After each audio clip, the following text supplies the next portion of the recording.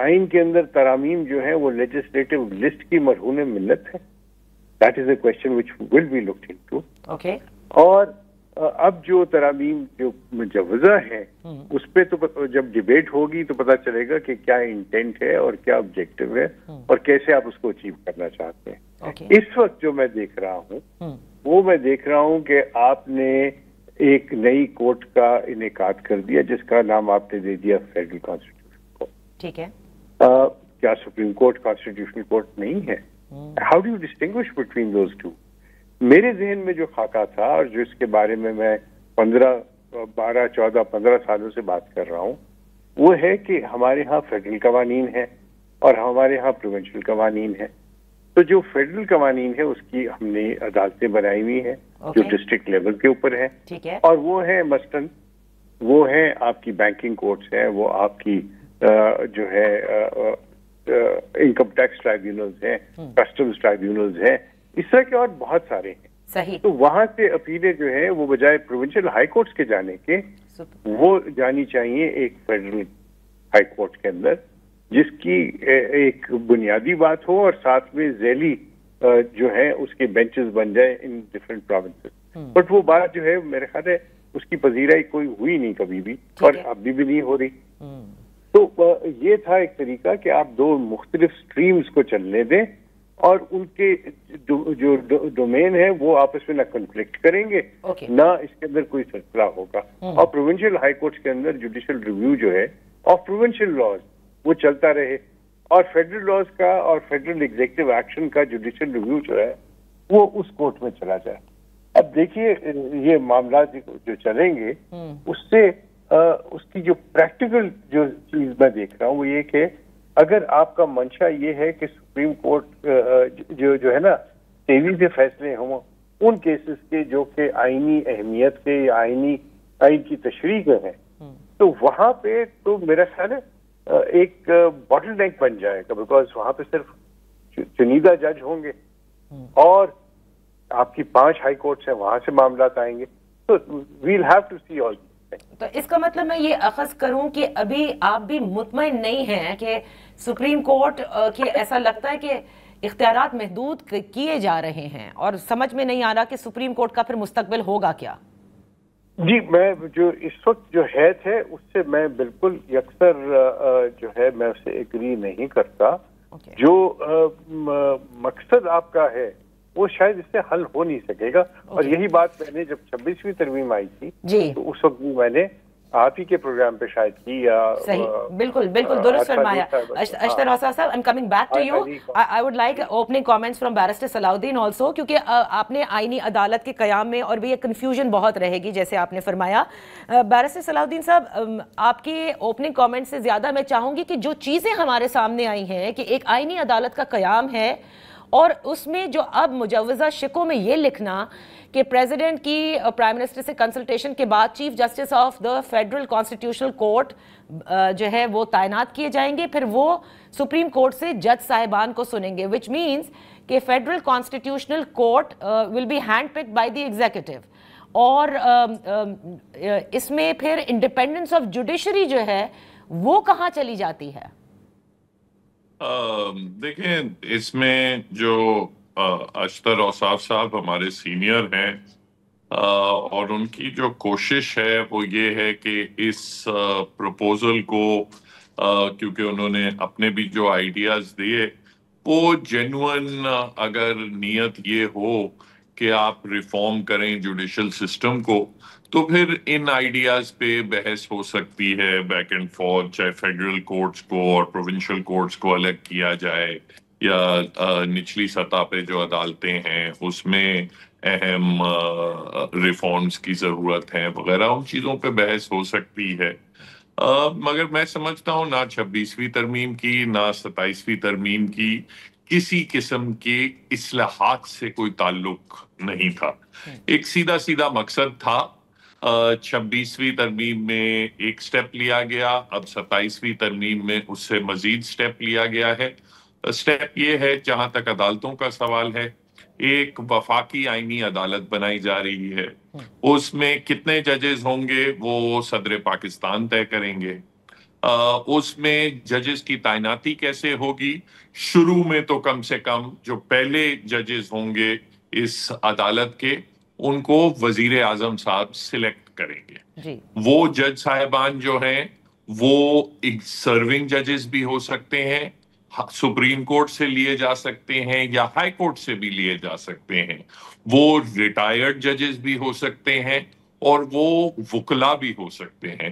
تو وزیر اعظم صاحب اب لیٹ سے 7 یا 9 آدمی ایسے سلیکٹ کریں گے سرونگ اور ریٹائرڈ ججز میں سے اور وکیلوں میں سے, جو وزیر اعظم صاحب کے منظور نظر ہوں گے. وہ جو ہے وہ آپ کی پہلی وفاقی جو آئینی عدالت ہے وہ فارم کریں گے. اس کے بعد ان کے جو فیصلے ہوں گے وہ انصاف کے معیار پہ پورا اتریں گے یا نہیں اتریں گے. آپ نے آلریڈی 1 سال میں آئینی بینچ کی جبکہ آئینی بینچ میں سرونگ سپریم کورٹ کے ججز تھے, اس میں مگر سلیکشن جو تھی اس میں بیسکلی حکومت کی مرضی سے ہوئی تھی. تو آپ نے یہ دیکھا کہ آئینی بینچ نے ایک میجر کیس بھی حکومت کے خلاف نہیں کیا. اب نیچرلی اب تو وہ یہ جب ڈائریکٹ وزیر اعظم صاحب سلیکٹ کر رہے ہوں گے تو میں سمجھتا ہوں وہ 1% بھی کیسز نہیں ہوں گے حکومت کے خلاف. تو وہ جو انڈیپینڈنس آف جوڈیشری جو تھی اور سیپریشن آف پاورز جو تھی, جو آپ کے آئین کا ایک بنیادی پلر تھا, وہ ایک پلر آپ نے ڈسٹروائے کر دیا. اس کے ساتھ ساتھ ایک اور جو چیز انہوں نے کی ہے جو بہت اہم ہے, 2 اور چیزیں. ایک انہوں نے یہ کیا ہے کہ اشرف صاحب نے بھی فرمایا کہ ہائی کورٹس اور سپریم کورٹ جو ہیں وہ آئینی عدالتیں ہیں. فار آل پریکٹیکل پرپسز ان کو آئینی عدالتیں اب نہیں رہیں گی, کیونکہ اس میں انہوں نے یہ کہا ہے کہ سپریم کورٹ جو ہے وہ کسی بھی آئینی درخواست یعنی آرٹیکل 199 کی پٹیشنز جو ہوتی تھی وہ ہائی کورٹ میں ہر قسم کی ریٹ پٹیشن جو ہے وہ آرٹیکل 199 میں ہوتی ہے. اس کی ان تمام پٹیشنز کی جو اپیلز ہیں وہ فیڈرل کانسٹیٹیوشنل کورٹ میں جائے گی, وہ سپریم کورٹ نہیں سن سکتی. سپریم کورٹ البتہ 2 قسم کی آئینی درخواستیں سن سکتی ہے, ایک فیملی کیسز سن سکتی ہے اور ایک رینٹ کے مقدمات سن سکتی ہے. تو پھر یہ مذاق بھی کرنے کی شاید ضرورت نہیں تھی, آپ ختم کر دیتے, سپریم کورٹ ایک بار ابولش کر دیتے. کوئی آپ کے پاس اپنا ماشاءاللہ آپ کو 25 لاکھ روپے تنخواہیں بھی دیتے ہیں, ایک عالی شان بلڈنگ بھی ہے, تو رینٹ مقدمات اور فیملی کے کیسز ڈیسائیڈ کرنے کے لیے کوئی دنیا بھر میں کوئی سپریم کورٹ تو نہیں ہوتی, تو ختم کر دیتے. چیف جسٹس آف پاکستان کا ویسے ہی عہدہ ختم کر دیا ہے. یہ بھی جسٹس یحییٰ آفریدی صاحب کا ایک اعزاز ہوگا کہ وہ پاکستان کے آخری چیف جسٹس رہے ہیں. بارسٹر صلاح الدین صاحب, یا وقت ہوا ایک بریک کا, بریک کے بعد ہم اپنی گفتگو جاری رکھیں گے. Welcome back. ان فوکس ہیں بیرسٹر صلاح الدین اور اشتر اوصاف صاحب. یہ بڑی امپورٹنٹ بات ہے اور اسی پر کل سے بڑی بحث ہے کہ پھر سپریم کورٹ آف پاکستان کیا صرف فیملی اور آپ کہہ رہے ہیں رینٹ کیسز سنا کرے گی, and that is why I started off by saying کہ it was the Supreme Court of Pakistan with the chief justice of Pakistan.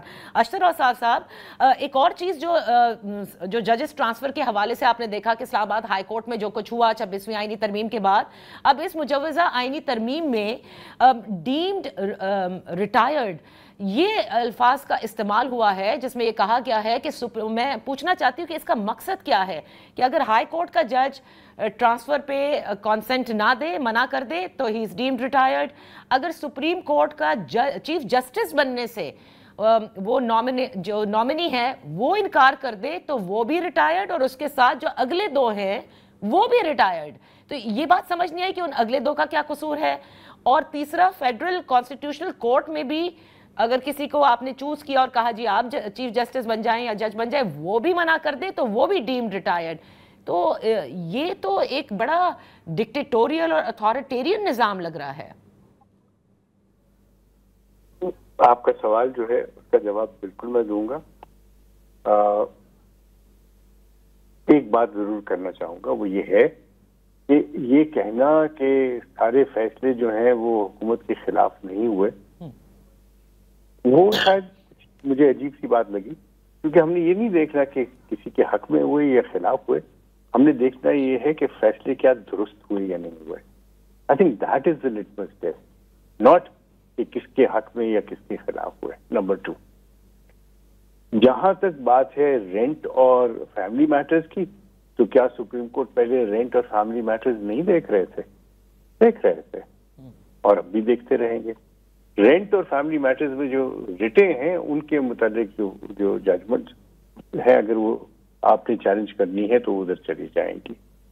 But یہ تفریق کرنا اور یہ ساری چیزیں کرنا جو ہے، اس سے زیادہ امپورٹنٹ یہ نہیں ہے کہ یہ دیکھا جائے کہ سپریم کورٹ تک یہ معاملات جاتے ہی کیوں ہیں.